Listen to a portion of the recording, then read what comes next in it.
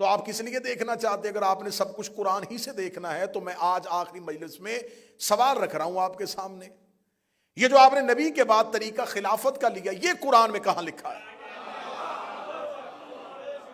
بات ختم کرنے لگا ہوں جی، جھگڑے آسان کرنے لگا ہوں، لڑائیاں ختم کرنے لگا ہوں، شیعہ سنی کو ایک دوسرے کے قریب کرنے لگا ہوں۔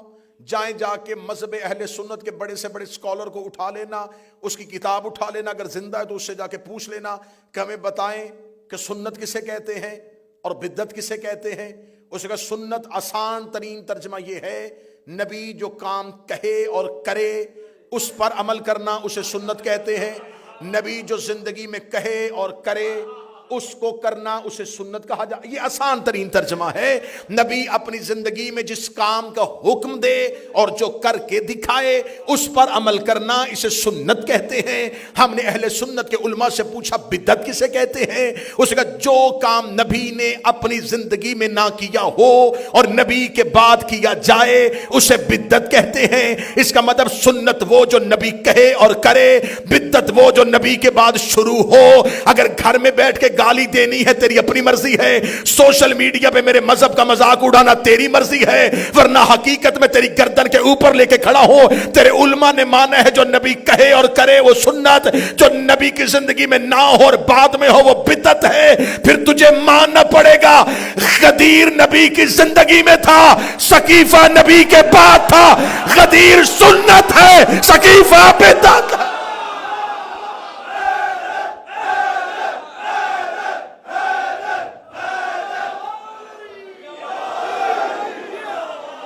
غدیر نبی کی زندگی میں تھا۔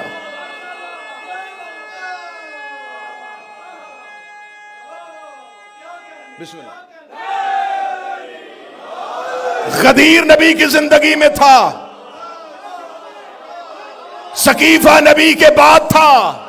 اور یہ فیصلہ تیرے علماء کر چکے ہیں، جو زندگی میں کہے اور کر کے دکھائے۔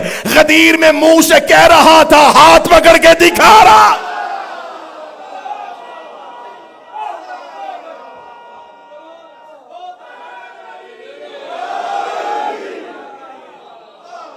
اس کا مطلب ہے کہ نبی نے غدیر کہی بھی تھی، دکھائی بھی تھی۔ قبلہ دراوی صاحب آپ سے دعا لے کے میں بہت بڑا ٹائٹل آج حسینیہ بریڈ فورڈ میں مسلمانوں سے چھیننے لگا ہوں۔ 1400 سال کے بعد ہم چھیننے لگے، ہم اہل سنت ہیں، ہم اہل سنت، ہم شیعان علی، ہم اہل سنت ہیں۔ نبی نے کہا انی تارک فیکم الثقلین کتاب اللہ و اطرتی، میری حدیث ہے، میں دو چیزیں چھوڑ کے جا رہا ہوں، نہ قرآن چھوڑنا نہ اہل بیت چھوڑنا۔ ہم نے نبی کے بعد کٹ گئے، مر گئے، اکیلے ہو گئے، تھوڑے ہو گئے، زندانوں میں پھینکے گئے، سولیوں پہ لٹکائے گئے۔ نہ ہم نے قرآن چھوڑا نہ ہم نے اہل بیت چھوڑی، بندے چپ ہو گئے۔ ہم ہی اہل حدیث ہیں، اہل سنت بھی ہم ہیں، اہل حدیث بھی ہم ہیں۔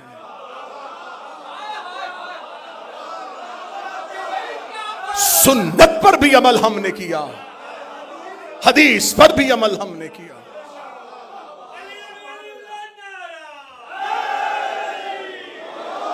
ہم نے نبی کے بعد امامت کو مانا، اور وہ ہم نے علی نبی کی حدیث سے لیا ہے۔ جھگڑے ختم کرنے ہیں نا، بات کسی کو تڑپانے کے لیے نہیں، محبت کے ساتھ کرنی ہے۔ جہاں تک میری آواز ہے میں اہل سنت سے کہہ رہا ہوں، رسول اگر غدیر میں حضرت ابو بکر کو مولا بنا دیتے ہم انہیں مان لیتے۔ 4 بندوں نے بے شک کیوں کہا ہے؟ مشکل فیصلہ ہو گیا، مان لیتے رسول نے، کیونکہ قرآن نے کہا ہے جو رسول دے۔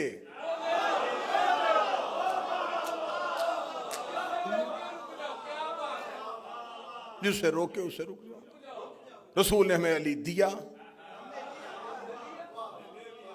جھگڑے ختم کرو، غدیر زندگی میں ہے، سقیفہ بعد میں۔ غدیر میں 1.25 لاکھ صحابی ہیں، سقیفے میں 40 یا 70 لوگ ہیں، زیادہ سے زیادہ تعداد شبلی نما نے لکھ دی 300 اور 1.25 کا پھر بھی مقابلہ نہیں۔ غدیر میں رسول نے ممبر بنایا ہے، سقیفہ میں جھگڑا ہو رہا تھا، غدیر میں نبی نے خطبہ دیا ہے، سقیفہ میں دنگا اور فساد ہو رہا تھا، غدیر میں نبی نے علی کا ہاتھ پکڑا ہے، سقیفہ میں حضرت عمر نے حضرت ابو بکر کا ہاتھ پکڑا ہے، غدیر میں رسول نے کہا تھا یہ میرا مولا ہے، سقیفہ میں حضرت عمر نے کہا تھا اسے میں خلیفہ بناتا ہوں۔ اب فیصلہ گھر جا کے کرنا، قبر کی رات بڑی اندھیری ہے اور کفن میں جیب نہیں ہوتی، قبر میں الماری نہیں ہوتی، اندھیری رات ہے، فرشتوں کو جواب دینا ہے۔ غدیر میں خلیفہ مصطفیٰ نے بنایا ہے، سقیفہ میں خلیفہ حضرت عمر نے بنایا ہے، فیصلہ گھر جا کے کرنا، قرآن میں اطاعت نبی کی واجب ہے یا حضرت عمر کی واجب؟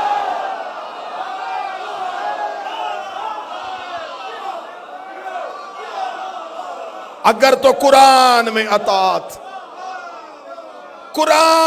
اطاعت حضرت عمر کی بات ہے۔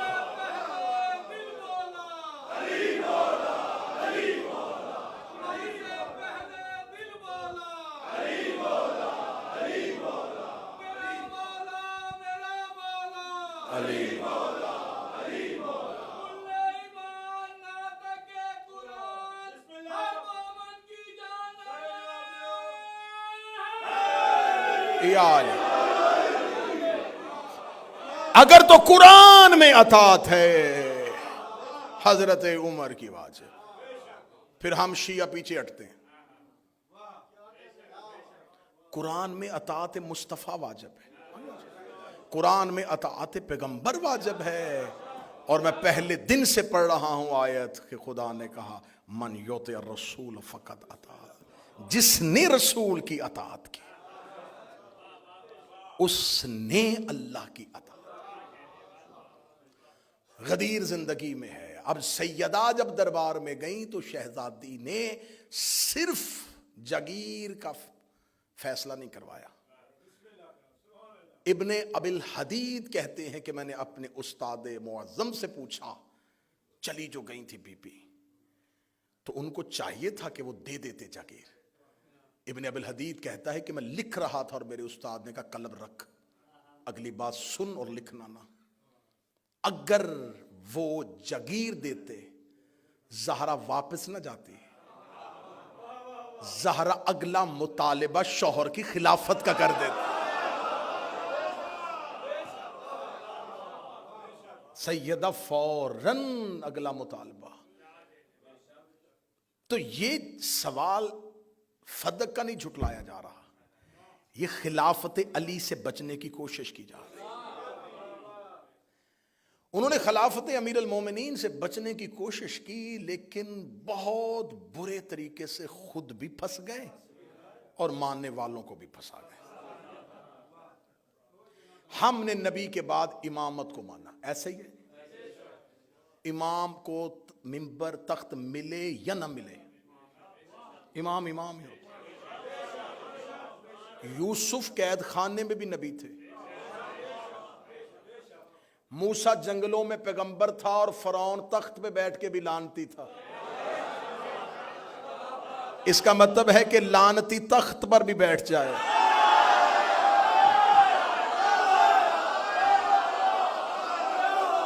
وہ لعنتی ہی رہتا ہے۔ میں نے لعنتی کی بات کی ہے اور میرا مجمع بہت بڑا لکھا ہے، انہیں پتا ہے کہ میں نے لعنتی ہی کی بات کی ہے۔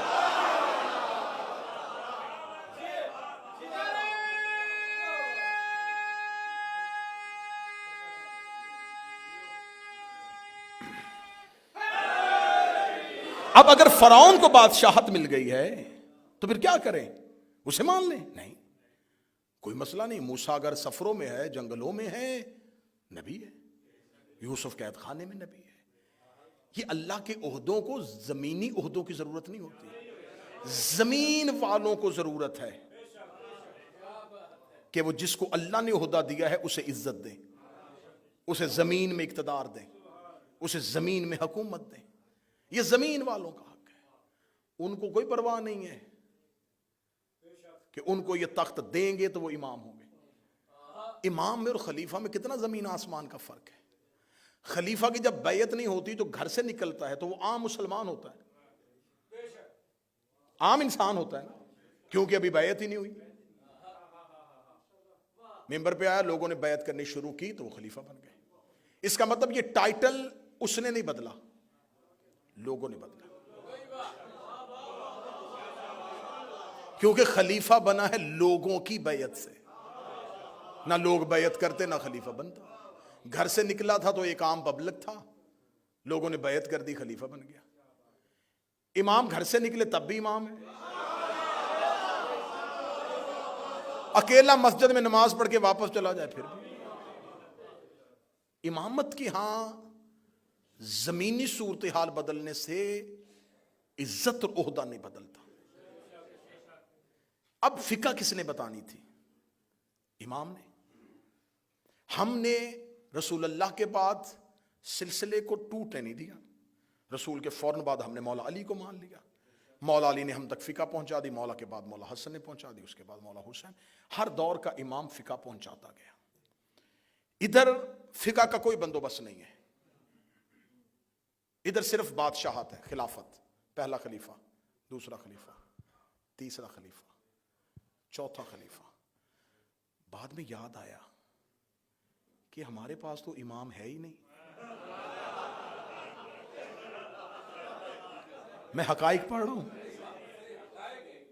اب آج اہل سنت کے جتنے بھی اسکول آف تھاٹ ہیں, حنفی ہیں, شافعی ہیں, حنبلی ہیں, مالکی ہیں, یہ سارے کے سارے اسکول آف تھاٹس کہتے ہیں کہ جو ہمارا سب سے پرانا بزرگ ہے وہ ابو حنیفہ ہے. یہ سب سے پہلے آئے تھے. یہ جب آئے ہیں اس وقت تک حکومت پہنچتی پہنچتی چوتھے دور کو کراس کرتے ہوئے پانچویں دور کے قریب پہنچ گئی. 4 خلافتوں کا دور گزر گیا اور مسلمانوں کے پاس ابھی تک کوئی فقہ نہیں تھی. تم نے پہلا امام بنایا ابو حنیفہ کو. جب تک وہ امام نہیں بنے تھے تم کس کی فقہ پر عمل کرتے تھے؟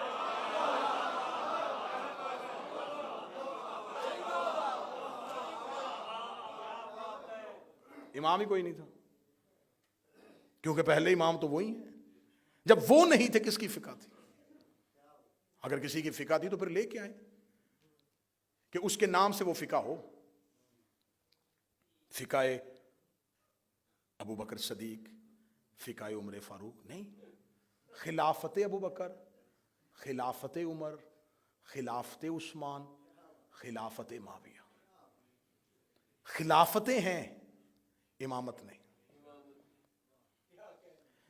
اب رسول نے کہا تھا کہ میرے بعد میرے 12 جانشین. سنیں, انہوں نے کہا نہیں وہ 12 امام نہیں 12 خلیفہ. ٹھیک ہے بناؤ.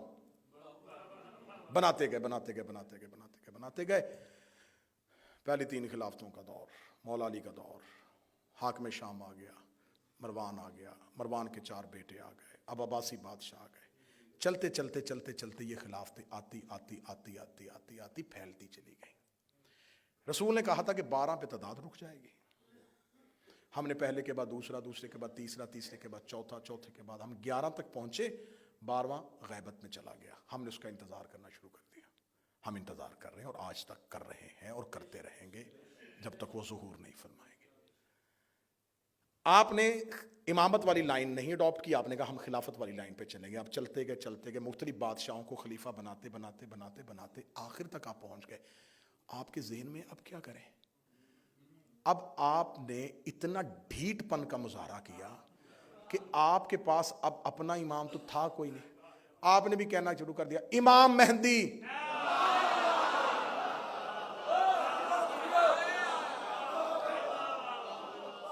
اچھا امام علی نہیں کہا؟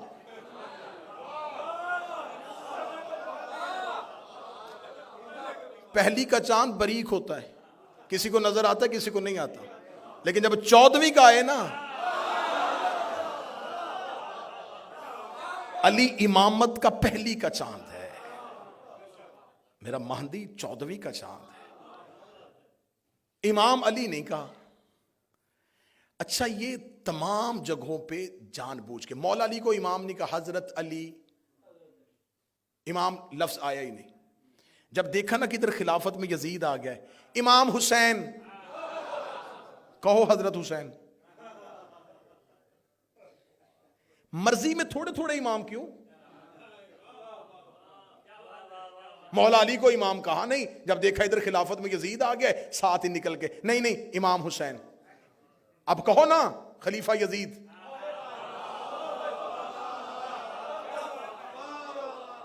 اب خلافت کی لائن سے نکل کے امامت پہ کیوں آ رہے ہو؟ نہیں ہم بھی یزید کو نہیں مانتے. تو کیا کہے گا؟ تو زبان سے نہیں مانتا، تیرا مذہب اسے منوا رہا ہے. اب یزید خلافت میں ایک ایسا بدنما دبا تھا جسے آج بھی مسلمان اپنے کھاتے میں لے ہی نہیں رہے. یہی وجہ ہے کہ پورا سال چھوڑ کے جو ہی محرم آتا ہے ساتھ ہی کہتے ہیں ہم بھی امام حسین کو مانتے ہیں. ہم سبیل لگاتے ہیں، ہم حلیم کی دیگ دیتے ہیں، ہم 8 محرم کو نیاز بانٹتے ہیں. اب امام حسین کے کیمپ میں آنے کی کوشش کی جا رہی ہے کیونکہ اب یزید برداشت نہیں ہو رہا. اب امامت کے کیمپ میں آنے کی کوشش نہیں اب ہم امام حسین کو مانیں گے، ہم بھی امام حسین کو مانتے، ہم بھی امام حسین کو مانتے. اتنی آسانی سے حسین ہم نے بھی نہیں دینا.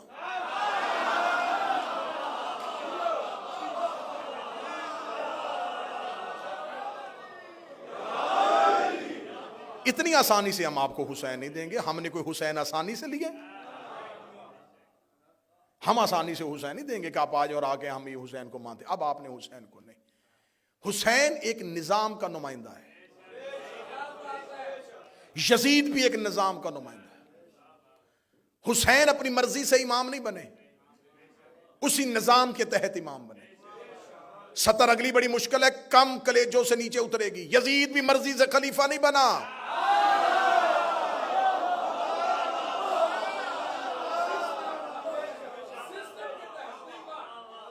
زبردستی آگے بیٹھ گیا. نہیں، کس نے بنایا تھا؟ ہاں وہ اس کے باپ اس کے لیے وصیت کر کے گئے، آ جاؤ آ جاؤ آ جاؤ آ جاؤ آ جاؤ آ جاؤ. باپ وصیت کر کے کہتے باپ کو کس نے بنایا تھا؟ اس کے لیے تیسرے خلیفہ نے سفارش کی تھی. تیسرا خلیفہ کس نے بنایا تھا؟ وہ جی ان کے لیے دوسرے خلیفہ کمیٹی بنا کے تھے. دوسرا کس نے بنایا تھا؟ اس کے لیے پہلا وصیت کر کے چلا گیا تھا. پہلا کس نے بنایا تھا؟ وہ جی سقیفے میں مسلمانوں نے بنایا تھا. پھر مان جا یزید سقیفے کی پیداوار ہے.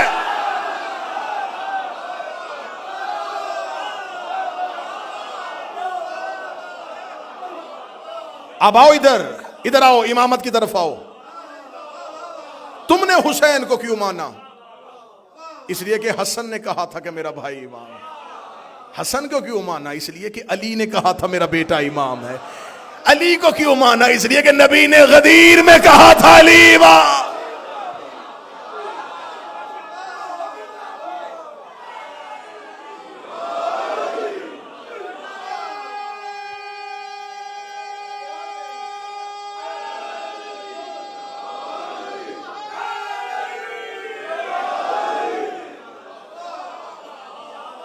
یہ ہے سیدہ کی تحریک.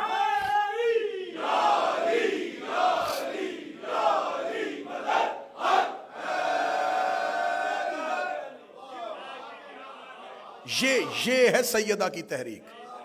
سقیفہ کی سازش کو بے نقاب کیا. یقین کرو اگر سیدہ یوں کھل کے سامنے نہ آتی، آج تک سقیفہ کی خلافت جنگ جمل اور جنگ صفین کی طرح اجتہادی مسئلہ بن جاتی.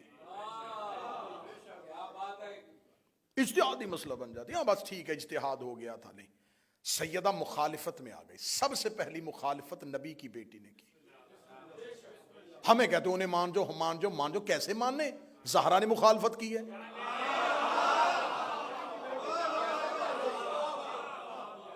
بھئی کیسے تسلیم کر جائے؟ نبی کی بیٹی مخالفت کر رہی ہے، وہ وصیت کر کے جا رہی ہے.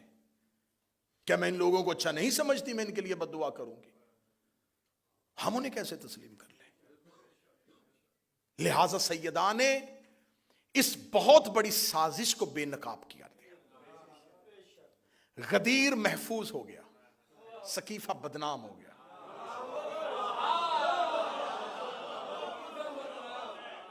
بدنام کر دیا نبی کی بیٹی نے اپنی تحریک کے ساتھ. اب جب یہ اسلام دو نظام کے تحت چل رہا ہے, ادھر خلافت چل رہی ہے, ادھر امامت چل رہی ہے. خلافت والے اپنی خلافتیں بانٹتے بانٹتے بانٹتے پہنچتے پہنچتے آپس میں جھگڑے, آپس میں اختلافات. امامت مطمئن ہو کے چل رہی ہے. خلیفہ کے بیٹوں میں جھگڑا ہوا ہے. میرے پاس اب وقت نہیں رہا, بھائی نے بھائی قتل کیا ہے, بیٹے نے باپ کی آنکھوں میں آگ کی سلائیاں دی ہیں. جاؤ جا کے پڑھو عباسی اور اموی بادشاہوں کی اولادوں کا کردار, وہ کیا کیا کرتے رہے. وہاں حکومتوں کی لڑائی اور جھگڑے ہوئے. امام کے جانے کے بعد کسی امام کے 11 بیٹے, 13 بیٹے, 9 بیٹے, 8 بیٹے, کوئی جھگڑا نہیں. انہیں پتا تھا امام ہم نے نہیں بنانا, اللہ طے کرے گا اور جو ہوگا وہ اگلا امام. خلافت کے گھر جھگڑا رہا, امامت کے گھر جھگڑا نہیں. امام مطمئن رہے. انہیں پتا تھا امام کے بیٹوں نے اختلاف نہیں کیا امامت میں کہ مجھے امام بناؤ میں امام بنوں گا, نہیں, وہ مطمئن ہے. وہ کس لیے مطمئن؟ انہیں پتا تھا کہ امام ہم نے نہیں بنانا. جب امام کے بیٹے مل کے امام نہیں بناتے, سر نہ ہلانا, زبان سے بولنا, جب امام کے بیٹے مرضی سے امام نہیں بناتے تو غلام کے بیٹے مرضی سے امام کیسے بناتے؟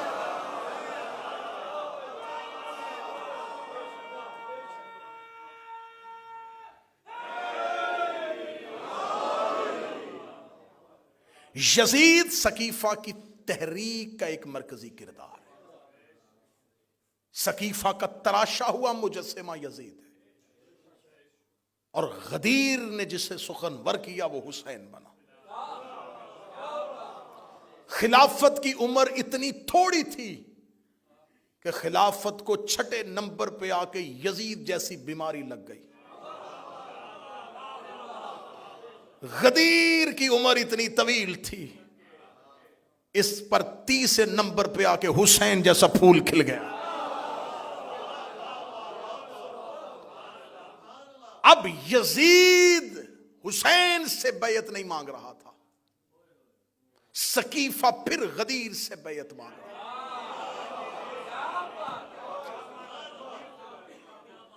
حسین کربلا میں آئے, لشکر نہیں ٹکرا رہے, 2 نظام آپس میں ٹکرا رہے.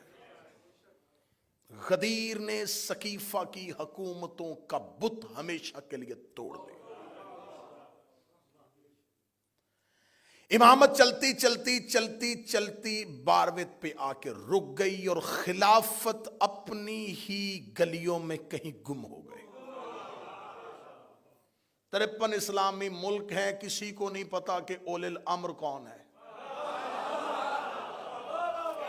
آتی اللہ و آتی رسول و اولی الامر منکم, اطاعت کرو اللہ کی اور اس کے رسول کی اور اولی الامر کی. اولی الامر کون؟ وقت کا بادشاہ. تو اسلامی ممالک تو اسلامی کنٹریز تو بہت زیادہ ہیں. کس ملک کا بادشاہ اولی الامر ہے؟ حضرت محمد بن سلمان اولی الامر ہیں, یا حضرت شہباز شریف اولی الامر ہیں؟ کون اولی الامر ہے؟ آپ کے تو اولی الامر بہت زیادہ ہو گئے, ہم تو اطمینان سے بیٹھے. کس سے چھینی تھی؟ نبوت کے بعد عہدہ چھینا تھا نا. اب آ جاؤ, انتظار کرو ایک وقت کا, ہم بھی کر رہے ہیں. اس وقت میں آ جائے گا امامت کا نمائندہ بھی, اور امامت کا نمائندہ جب زمین پہ اترے گا تو ایک نبوت کو بھی زمین پر اتار دیا جائے گا.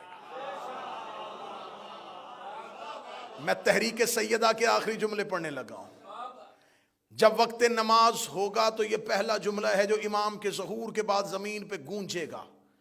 امام زمین پہ آئیں گے، اذان دے دی جائے گی، اذان دینے کے بعد لوگ صفے باندھ دیں گے، سرکار ولی العصر کے پیچھے نماز با جماعت ہونا شروع ہو جائے گی، یا پچھلی صف میں آ کے عیسیٰ ابن مریم کھڑا ہو جائے گا۔ عین وقت نماز کے موقع پر زہرا کا بیٹا ایک نظر پیچھے مریم کے بیٹے کو دیکھے گا اور دیکھ کے کہے گا تقدم ابن مریم، مریم کا بیٹا آگے بڑھ، مصلی پہ آ۔ عیسیٰ کام کے کہے گا میری جرت ہی کیا ہے، میں زہرا کے بیٹے کو نماز پڑھاؤں، میں زہرا کے بیٹے کو نماز پڑھاؤں، میں زہرا کے بیٹے کو نماز پڑھاؤں۔ اے میرے وقت کا امام، تو فاتح خیبر کا بیٹا ہے، تو حسین جیسے سید الشہداء کا بیٹا ہے، تو زین العابدین جیسے زین العبا کا بیٹا ہے، تو محمد باقر کا بیٹا ہے، تو جعفر صادق کا بیٹا ہے۔ تجھے کہنا چاہیے تھا کہ کیسے ہو سکتا ہے کہ حیدر کرار کا بیٹا پیچھے کھڑا ہو، کیسے ہو سکتا ہے حسین کا بیٹا پیچھے کھڑا ہو۔ یہ کیوں کہا کہ زہرا کا بیٹا آگے کھڑا ہوگا؟ میرا 12واں زمانے میں آ کے پہلا عقیدہ دے گا، اے اپنے عقیدے درست کرو۔ جس زہرا کا آخری بیٹا عیسیٰ جیسے نبی کے پیچھے نہیں پڑتا، اس کا باپ محمد کسی بت پرست کے پیچھے۔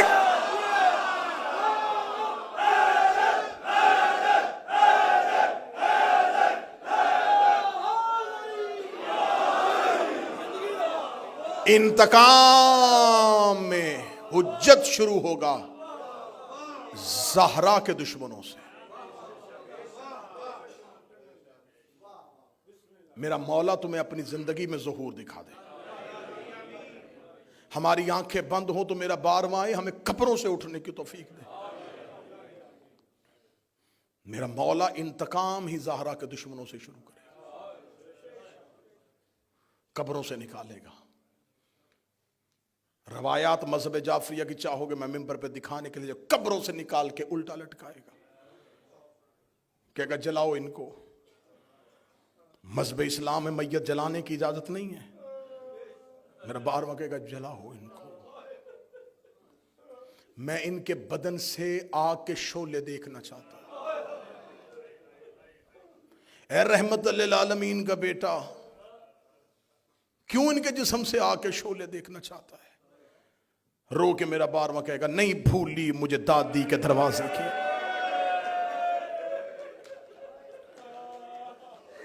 جلتے ہوئے شعلوں میں روتی رہی ہے زہرا، جلتے ہوئے شعلوں میں روئی ہے مصطفیٰ کی بیٹی۔ جن بچوں نے یہ محنت کی ہے، میں مصائب کے آغاز میں ان کے لیے دعا کروں۔ اللہ ایان عباس کو، ناصر کو اور جتنے بھی بیمار ہیں شفا دے۔ اللہ فروغ عزا کو، اللہ اس بارگاہ کے منتظمین کو، ان کے عہدے داران کو، ان کی خدمت گزاروں کو۔ حسین کی ماں کسی کا محتاج نہ بنے۔ فرانس سے آئے ہوئے میرے محترم بابا انوار شاہ جی تشریف فرمائے ہیں، سیدہ ہمیشہ انہیں اپنے گھر کی نوکری نصیب فرمائے۔ جلتے ہوئے شعلوں میں مارا ہے نبی کی بیٹی۔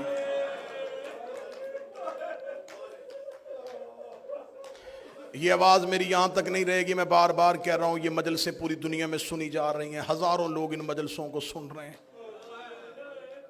میں تم سب کے عقیدوں کو سلام کرتے ہوئے آواز جہاں پہنچانا چاہتا ہوں وہاں پہنچانے لگا ہوں، تاکہ میں قیامت والے دن نبی کی بیٹی کے سامنے شرمندہ نہ ہوں۔ مسلمانوں، تمہارے مذہب میں اگر چور قرآن پہ ہاتھ رکھ کے قسم دے دے تم اس کی قسم مان لیتے ہو، قاتل قرآن اٹھا لے تو مان لیتے ہو۔ میں مذہب جعفریہ کا ایک ادنا سا طالب علم، حسین کا عزادار، ماتمی حسینیہ بریڈ فورڈ میں بیٹھ کے ممبر پہ مائک پہ دو علموں کے درمیان کھڑے ہو کے کہہ رہا ہوں، مجھے اللہ کی وحدانیت کی قسم، مجھے نبی کی رسالت کی قسم، مجھے زہرا کی عزت کی قسم، مجھے حسن کی عصمت کی قسم، مجھے حسین کی 13 ضربوں کی قسم ہے، میں غلط پڑھوں نبی امت میں سے نہ اٹھائے، علی اپنے پیروکاروں میں سے نہ اٹھائے، حسین اپنے داروں میں سے نہ اٹھائے، میرا حشر قیامت والے دن یہودیوں کے ساتھ کرے۔ اتنی قسمیں اور بددعائیں کوئی نہیں دیتا۔ دو علموں کے درمیان ممبر پہ اتنی قسمیں کھا کے صرف سنیوں کو یقین دلانے لگا ہوں، قتل ہوئی ہے نبی کی بیٹی، طبعی موت نہیں مری، قتل کیا گیا ہے نبی کی بیٹی کو۔ میرا کام تھا قسمیں کھانا، اب جا کے علماء سے پوچھنا کس نے قتل کیا تھا نبی کی بیٹی کو، کون دروازے پہ آ کے مارتا رہا تھا مصطفیٰ کی بیٹی۔ قتل ہوئی ہے پیغمبر کی بیٹی، اور جوان بیٹیوں کے باپ بیٹھے ہو۔ جب زہرا نے دنیا چھوڑی ہے، منتظر شاہ بی بی کی عمر اتنی تھی جتنی کربلا میں حسین کے اکبر کی عمر تھی۔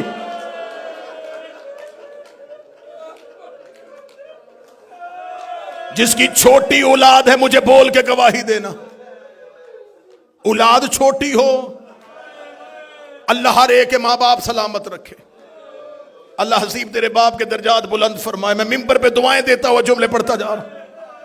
ماں باپ کا سایہ اولاد پہ اللہ سلامت رکھے۔ اولاد چھوٹی ہو نا، باپ مر جائے، ماں بچے پال لیتی ہے۔ اللہ نہ کرے کوئی اولاد چھوٹی ہو اور ماں مر جائے، پھر باپ سے بچے پالے نہیں جاتے۔ اولاد چھوٹی ہو اور ماں بیمار ہو نا، کوئی پوچھنے کے لیے آئے تو رو رو کے کہتی ہے مجھے زندگی سے محبت نہیں ہے، لیکن دعا کرو اللہ مجھے صحت دے دے، میرے بچے بڑے چھوٹے ہیں۔ بچے چھوٹے ہوں تو ماں کو موت سے ڈر لگتا ہے، ماں رو رو کے کہتی ہے میں نہ مروں، میری بیٹیاں بڑی چھوٹی ہیں، میرے مرنے کے بعد میرے بچے رل جائیں گے۔ ہر ماں کی حسرت ہوتی ہے میں بیٹوں کے چہرے دیکھوں، میں بیٹیاں عزت کے ساتھ گھر بھیجوں۔ پردے میں میری بہنیں بیٹیوں کے لیے دعا کر رہا ہوں، اللہ تمہیں اولاد کے سر پہ سلامت رکھے۔ ماں کینسر کی مریضہ بھی ہو، اسے موت سے ڈر لگتا ہے کہ میرے بچے بڑے چھوٹے ہیں۔ زہرا کی اولاد چھوٹی تھی اور بابے کی قبر پہ آ گئی، بابا میں مرنا چاہتی ہوں، بابا اب زہرا کو موت دے دے، بابا انہوں نے مجھے بڑا ستایا۔ منہ سے موت مانگی ہے نبی کی بیٹی۔ آج ہم سے کہتے ہو ان کی عزت کریں، خدا نے جتنے عدد خلق کیے اتنی دفعہ ان پہ لعنت۔ رلایا ہے انہوں نے نبی کی بیٹی کو۔ کل میں نے پڑھ دیا زخم محمد کی بیٹی کے، تمہاری طاقت جواب دے گئی تھی، میں پڑھ ہی نہیں سکا۔ میں دیکھ رہا تھا کل پڑھتے ہوئے مجمع سے لوگ بے ساختہ ہاتھ جوڑ رہے تھے۔ عمران بھائی مجھے خبر ہو گئی، میں علموں کے درمیان کھڑا ہوں، ابھی میں نے پورے زخم نہیں پڑھے، پورے زخم میں نے تمہیں نہیں سنائے۔ زہرا کی تدفین کے بعد علی کی آواز آئی سب گھر کو چلے جاؤ۔ حسن حسین کو گھر بھیج دیا، علی اکیلے بیٹھے رہے۔ عبداللہ ابن مسعود کہتا ہے میں تھوڑی دیر کے بعد جنت البقیع میں پہنچا تو علی جیسا امام ایڑیاں رگڑ کے رو رہا تھا۔ عبداللہ ابن مسعود کہتا میں نے پہلی بار علی کو بچوں کی طرح روتے دیکھا، میں نے علی کے پاؤں تھامے، میں نے رو کے کہا یا علی ایسے کیوں رو رہے ہیں؟ رو کے دے عبداللہ میرے گلے میں باہیں ڈال، مجھ سے مدینے میں کوئی درد نہیں سن رہا، میں بیٹوں کے سامنے رو نہیں سکتا، میں بچیوں کے سامنے رو نہیں سکتا۔ عبداللہ جب میں زہرا کو غسل دے رہا تھا، زہرا کی پسلیاں ٹوٹی ہوئی تھی، زہرا کی پسلیاں شہید ہو چکی تھی۔